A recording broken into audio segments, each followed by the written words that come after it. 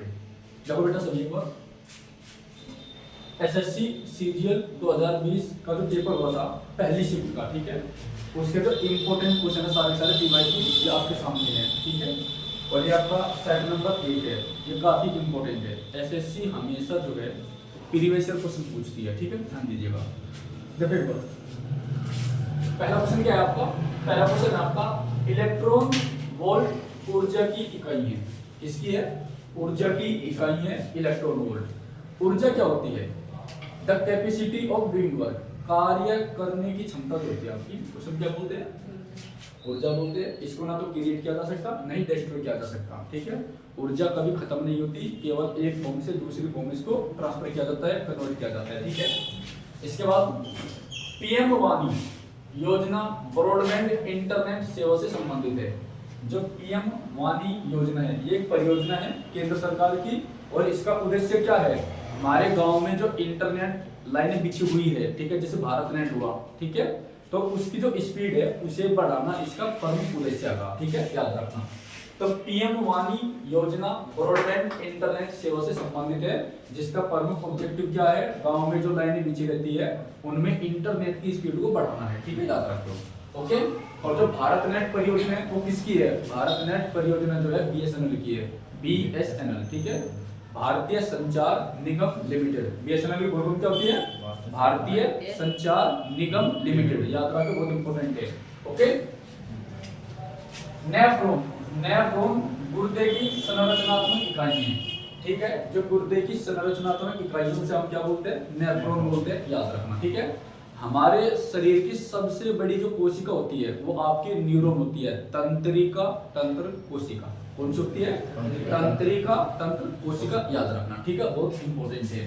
एक क्वेश्चन यहाँ पर और रहेगा, जो आपको गुर्दे है, ठीक है, जैसे हमारे शरीर में जो पथरी मिलती है, ठीक है, तो पथरी किस चीज से बनी होती है, पथरी बनी होती है कैल्शियम ऑक्जेलेट से, किससे बनी होती है, कैल्शियम ऑक्जेलेट से। अगर आपके शरीर में पथरी है तो पथरी जो है हमारे शरीर में किससे बनती है, कैल्शियम ऑक्जेलेट से, याद रखो, बहुत ज्यादा इंपॉर्टेंट है, ठीक है। और जो डायलिसिस होती है, डायलिसिस पे भी जो रखा जाता है मरीज, वो गुर्दे का जो रोगी होता है उसको डायलिसिस पे रखा जाता है, याद रखो।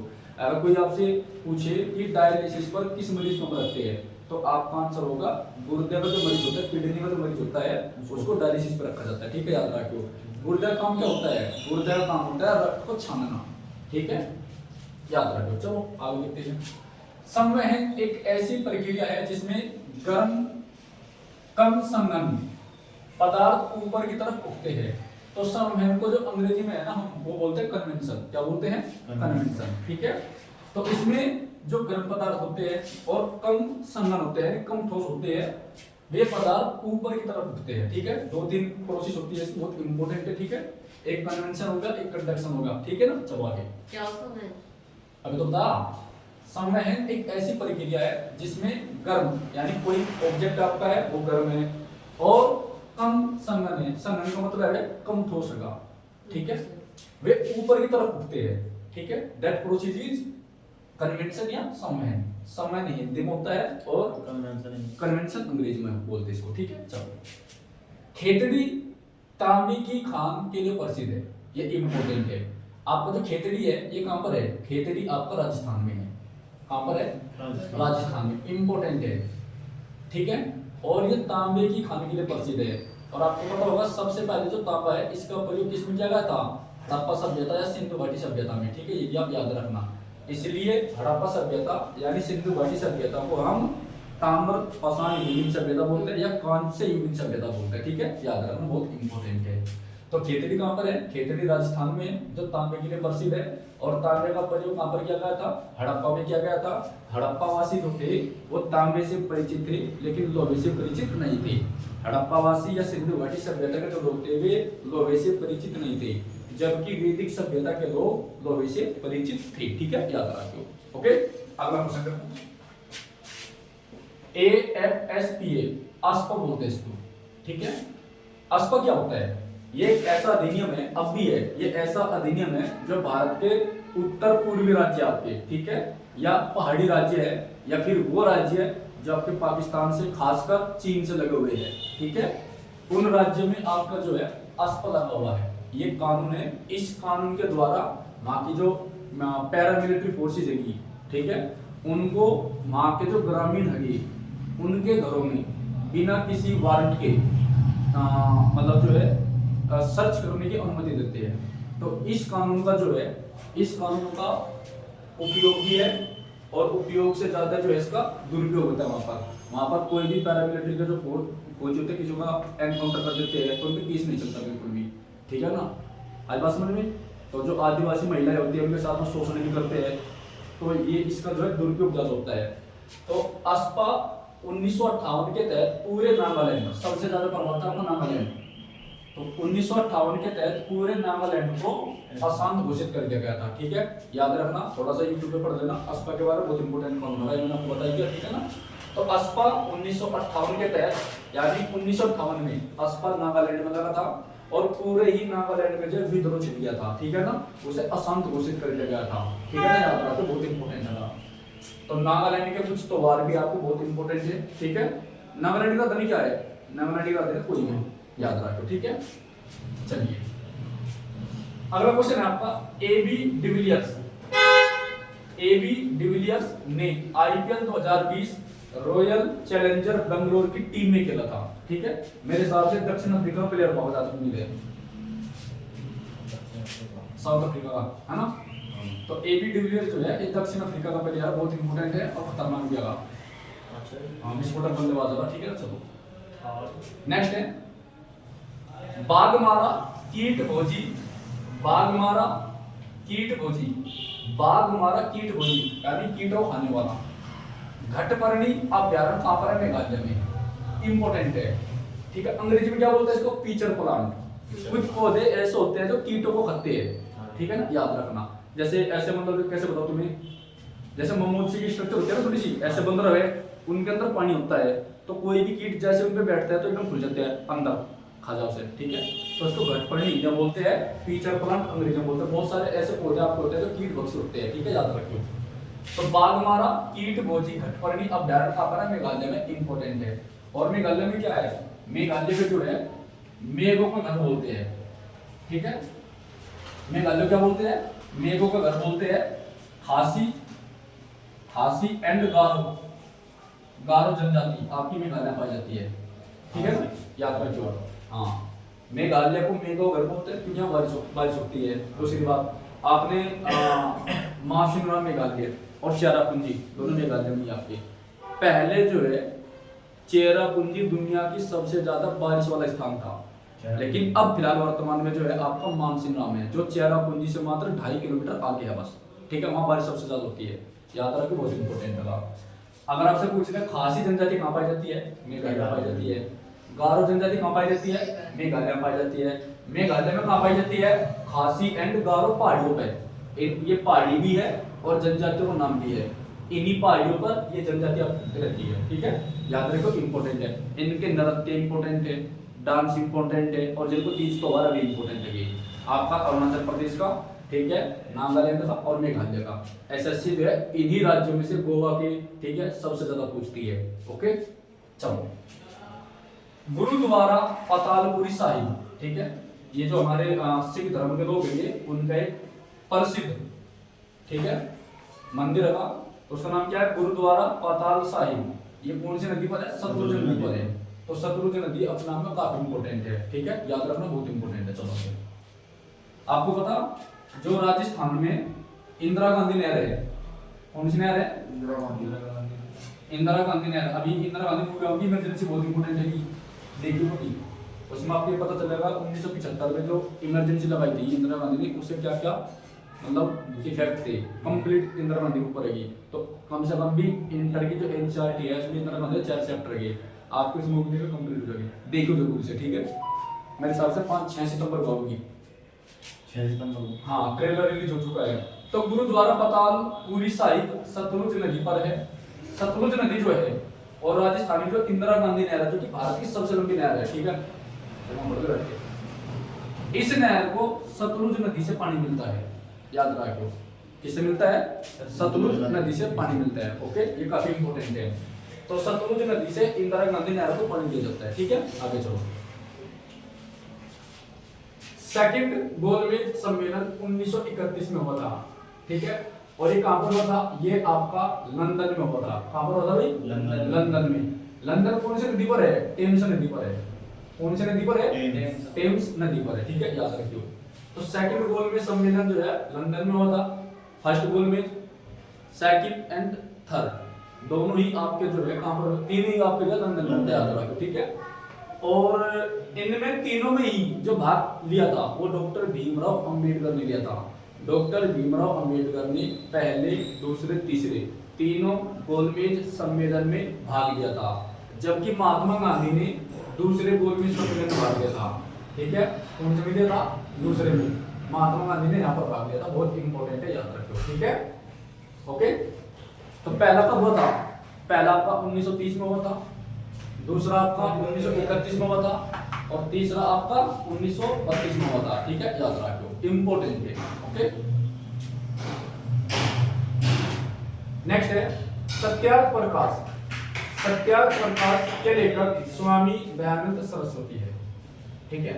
ये किताब है जिसके लेखक स्वामी दयानंद सरस्वती है। ये किताब पूछी जाती है, और जो स्वामी दयानंद सरस्वती है इनका संबंध आर्य समाज से भी है। आर्य समाज है ना? नहीं, मतलब विवाह का तो पाऊंगा ब्रह्म समाज क्या? ब्रह्म समाज से तो उसका है, राजा राम मोहन राय का, ये काफी इंपॉर्टेंट है।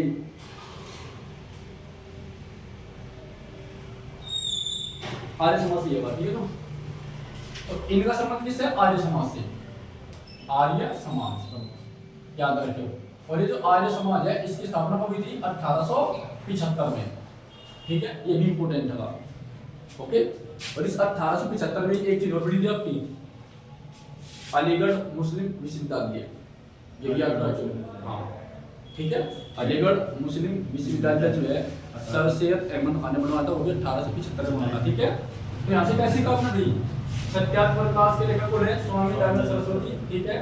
और इनका संबंध किससे? आर्य समाज से। आर्य समाज की स्थापना कब करी थी? 1875 में, ठीक है। एक चीज और होती है ब्रह्म समाज, वो भी बता रहा मैं आपको। जो ब्रह्म समाज है ना, ब्रह्म समाज, इसकी स्थापना 1828 में हुई थी। कब हुई थी? 1828 में। किसने की थी? राजा राम मोहन राय ने। किसने की थी? राजा राम मोहन राय ने, ठीक है। और राजा राम मोहन राय को राजा की उपाधि किसने दी थी? अकबर द्वितीय ने, ठीक है। राजा राम मोहन राय ने और क्या किया था? 1829 में सती प्रथा को प्रतिबंधित कर दिया था, ठीक है, याद रखियो। जो राजा राम मोहन राय थे ना, उसने 1829 में क्या करा था? सती प्रथा को वेरी गुड, सती प्रथा को प्रतिबंधित कर दिया था, सती प्रथा पर बैन लगा दिया था, ठीक है। इसकी सहायता किसने की थी? लॉर्ड विलियम बेंटिंक ने। लॉर्ड विलियम बेंटिंक कौन था? बंगाल का अंतिम गवर्नर जनरल, केवल बंगाल का, जबकि पूरे भारत का पहला गवर्नर जनरल था, ठीक है, याद रखो, बहुत इंपॉर्टेंट है। यहाँ से कुछ पॉइंट हमारे बनते हैं, जैसे अगर आपसे पूछा जाए कि बंगाल का पहला गवर्नर कौन था? रॉबर्ट क्लाइव था। कौन था? रॉबर्ट क्लाइव, याद रखो, ठीक है। और ये रॉबर्ट क्लाइव कौन था? इस रॉबर्ट क्लाइव ने जब प्लासी का युद्ध जीता था सिराजुद्दौला को हरा करके 23 जून 1757 को, क्लियर है बात, ठीक है। उसके बाद में अगर आपसे पूछ ले कि बंगाल का अंतिम गवर्नर कौन था? बंगाल का पहला गवर्नर रॉबर्ट क्लाइव बताया मैंने, अंतिम कौन था? केवल गवर्नर, तो आपका वारेन हेस्टिंग था, ठीक है, 1772 तक रहा था। 1773 में रेगुलेटिंग एक्ट आया, उसके बाद वारेन हेस्टिंग को जो है क्या बना दिया गया था? बंगाल का गवर्नर जनरल बना दिया गया था, ठीक है। आई बात समझ में? पूरे बंगाल का गवर्नर जनरल बना दिया गया था। तो बंगाल का पहला गवर्नर कौन था? रॉबर्ट क्लाइव था। अंतिम कौन था? वारेन हेस्टिंग था। और पूरे बंगाल का पहला गवर्नर जनरल, यानी गवर्नर में जनरल लगा दिया था, वो कौन था आपका? वारेन हेस्टिंग था, ठीक है, याद रखो। और अंतिम कौन था? लॉर्ड विलियम बेंटिक था, केवल पूरे बंगाल का। जबकि पूरे भारत का पहला गवर्नर जनरल कौन था? लॉर्ड विलियम बेंटिक था। और अंतिम कौन था पूरे भारत का? कौन था? लॉर्ड कैनिंग, याद रखो। फिर 1858 का अधिनियम आया, उसमें जो है लॉर्ड कैनिंग को भारत का वायसराय बना दिया गया था। तो पूरे भारत का अंतिम गवर्नर जनरल लॉर्ड कैनिंग था, जबकि पूरे भारत का पहला वायसराय आपका कौन था? लॉर्ड कैनिंग था, याद रखियो, ठीक है। तो ये प्रोसेस आगे चलती जावे। अंतिम वायसराय कौन था? लॉर्ड माउंटबेटन था। तो अगर आपसे पूछ ले कि आजादी के बाद में पहला और अंतिम भारतीय वायसराय कौन था, तो चक्रवर्ती राजगोपालाचारी था। आजादी के बाद में पहला भारतीय और अंतिम भी कौन था वायसराय? लॉर्ड चक्रवर्ती राजगोपालाचारी। अगर आपसे पूछ ले कि भारत का अंतिम वायसराय कौन था, तो कौन था? लॉर्ड माउंटबेटन था। क्लियर है बात? आजादी के बाद में पहला और अंतिम अंग्रेज वायसराय कौन था? तब भी लॉर्ड माउंटबेटन आपका आंसर होगा, ठीक है। तो ये यहां से क्वेश्चन आता है, बच्चे में ज्यादा कंफ्यूजन हो, ठीक है भाई। आगे चलो। इसके बाद है राम प्रसाद बिस्मिल, जोगेंद्र चंद्र चटर्जी। राम प्रसाद बिस्मिल, जोगेंद्र चंद्र चटर्जी तथा सचिंद्र नाथ सान्याल का संबंध किससे है? हिंदुस्तान रिपब्लिक एसोसिएशन से। इंपोर्टेंट है, ठीक है ना। ये पार्टी थी या एक संगठन था जिसके सदस्य कौन थे? राम प्रसाद बिस्मिल था, जोगेंद्र चंद्र चटर्जी था, सचिंद्र नाथ सान्याल थे, ठीक है। याद रखो, बहुत इंपॉर्टेंट है, ओके।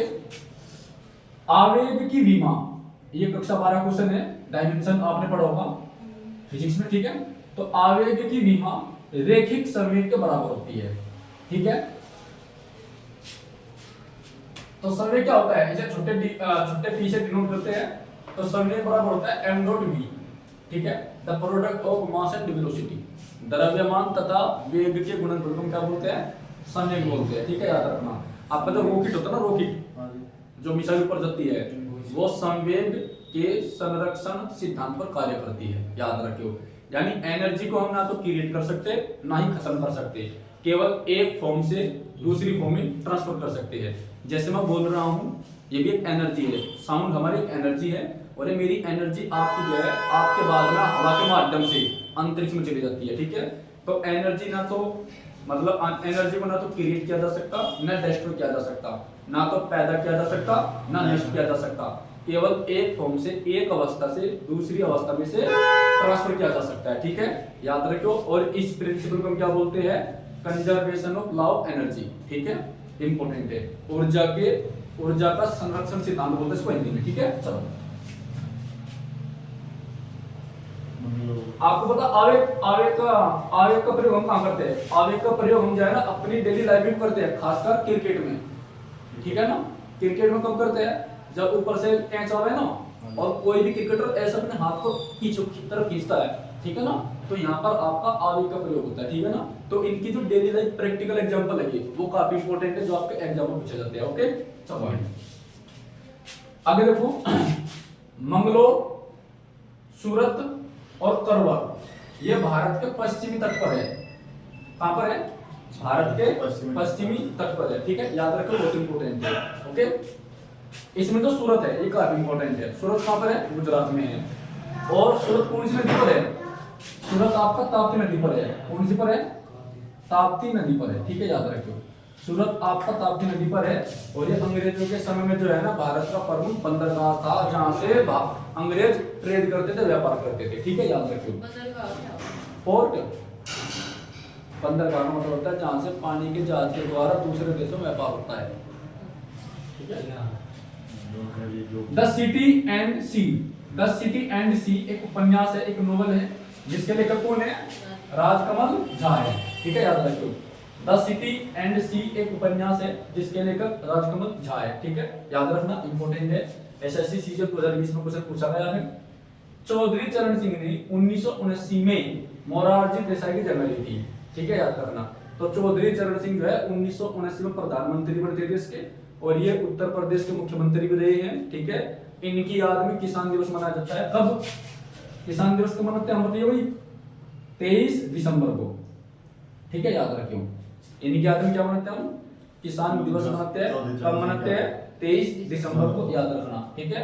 उत्तर प्रदेश के मुख्यमंत्री भी थे, ठीक है, देश के प्रधानमंत्री रहे, और ये एकमात्र ऐसे प्रधानमंत्री है जिन्होंने लोकसभा का सामना नहीं किया, आई बात समझ में? याद रखियो, चौधरी चरण सिंह ने कभी भी लोकसभा का सामना नहीं किया, यानी सदन में नहीं पहुंचे थे ये पहला से प्रधानमंत्री है। इनको किसान वो बोलते क्या बोलते हैं, मैं तो नाम सुधर गया, वैसे किसान में से बोलते लेकिन कुछ और बोलते हैं, वो टाइटल में दिमाग में यहाँ भूल गया मैं, कोई बात नहीं, आगे बढ़ो। सुदर्शन साहू 2021 में पद्म विभूषण पुरस्कार विजेता है, ठीक है, याद रखना। सुदर्शन साहू जो है इन्हें 2021 में क्या दिया गया है, पद्म विभूषण पुरस्कार दिया गया है, ठीक है, याद रखिए, बहुत इंपॉर्टेंट है। ओके, अच्छा अगर हम पुरस्कारों की बात कर ले, आपके कई पुरस्कार होते हैं, जैसे भारत रत्न होता है, उसके बाद पद्म विभूषण होता है, पद्म भूषण होता है, फिर पद्मश्री होता है, ठीक है, ये हो गए। और जो हमारे जैसे आर्मी वाले होते हैं, ठीक है, तो बहादुरी के लिए दिया जाने वाला सबसे बड़ा पुरस्कार आपको परमवीर चक्र, ठीक है, और सबसे पहले परमवीर चक्र जो दिया गया था मेजर सोमनाथ शर्मा को दिया गया था, याद रखियो, ठीक है, बहुत इंपॉर्टेंट है आप। ओके, और भी मरणोपरांत दिया गया था, ये किसके लिए दिया ये तो किसी को दे सकते हैं, किसी भी क्षेत्र में हो किसी को दे सकते हैं, भारत में आगे पहुंची है। योजना आयोग की स्थापना 1950 ईस्वी में की गई थी, ये क्वेश्चन इंपॉर्टेंट है। जो योजना आयोग है आपका, इसकी स्थापना कब की गई थी भाई? हाँ, 1950 में की गई थी, याद रखना, तारीख है 15 मार्च 1950 को। अब ये जो योजना आयोग है ना, देखो इसका जो चेयरमैन होता है वो कौन होता है? चेयरमैन इसको प्रधान, ये हाँ देख ले, योजना आयोग का चेयरमैन प्रधानमंत्री होता है, याद रखियो, ठीक है। उसके बाद में योजना आयोग का जो नाम बदलता है 2015 में, पहले योजना आयोग था, 2015 में नाम चेंज करा और क्या नाम रखा इसका? नीति आयोग। नीति आयोग, क्या नाम रखा? नीति आयोग, ठीक है, याद रखियो। इसका नाम है, हाँ, नीति आयोग पहले योजना आयोग था, ठीक है। तो योजना आयोग की स्थापना 1950 में हुई। योजना आयोग की स्थापना 1950 में हुई। प्रधानमंत्री का चेयरमैन होता है, अध्यक्ष होता है, पदेन अध्यक्ष, याद रखिए इस बात को भी, ठीक है। और ये भारत सरकार के थिंक टैंक के रूप में कार्य करता है। 2015 में इसका नाम बदल के क्या रखा? नीति आयोग। नीति का मतलब क्या होता है? नीति का मतलब होता है national institution for transforming India. National institution for transforming India इसका नाम होता है। और नीति आयोग का भी चेयरमैन कौन होता है? आपका प्रधानमंत्री होता है, ठीक है, याद रखना। यानी नीति आयोग के जो अध्यक्ष होते हैं वो भारत के प्रधानमंत्री होते हैं। बहुत इंपॉर्टेंट क्वेश्चन है, याद रखना, ठीक है। हाँ, ये आपका जो है एक संवैधानिक निकाय नहीं है। क्यों नहीं है? संवैधानिक निकाय वो होता है जिससे संबंधित कोई ना कोई अनुच्छेद आपका संविधान में है। जैसे संघ लोक सेवा आयोग एक संवैधानिक निकाय है, उसके लिए आर्टिकल 315 है, ठीक है। लेकिन आपने पॉलिटी में योजना आयोग का अनुच्छेद नहीं पढ़ा होगा, नीति आयोग का नहीं पढ़ा होगा। तो ये बिल्कुल एक ट्रिक्स है, याद रखियो। जिन डिपार्टमेंट का अनुच्छेद है वो आपका संवैधानिक निकाय है, जिनका नियम नहीं है, ठीक है। ये सांविधिक निकाय है। सांविधिक निकाय का मतलब है जिनकी स्थापना संसद में मेजोरिटी के द्वारा की जाती है, ठीक है। ये इंपॉर्टेंट है, याद रखियो। ओके, तो ये आपका सेट था। यहाँ से मैंने कुछ आपको एडिशनल फैक्ट बताए हैं, ज्यादा तो बताए नहीं, ठीक है, ना दिमाग हैंग हो जाए तुम्हारा। बस ये याद रखियो। और डेली आपको ऐसे आपके जो PYQ है सीजीएल वाले ऐसे कराए जाएंगे, इनमें से आपको क्वेश्चन ज्यादातर मिल जाएंगे, ठीक है। जहां जहां जरूरत होगी मैं आपको डिटेल में बताता रहूंगा सारी चीज। ओके, चलो भाई।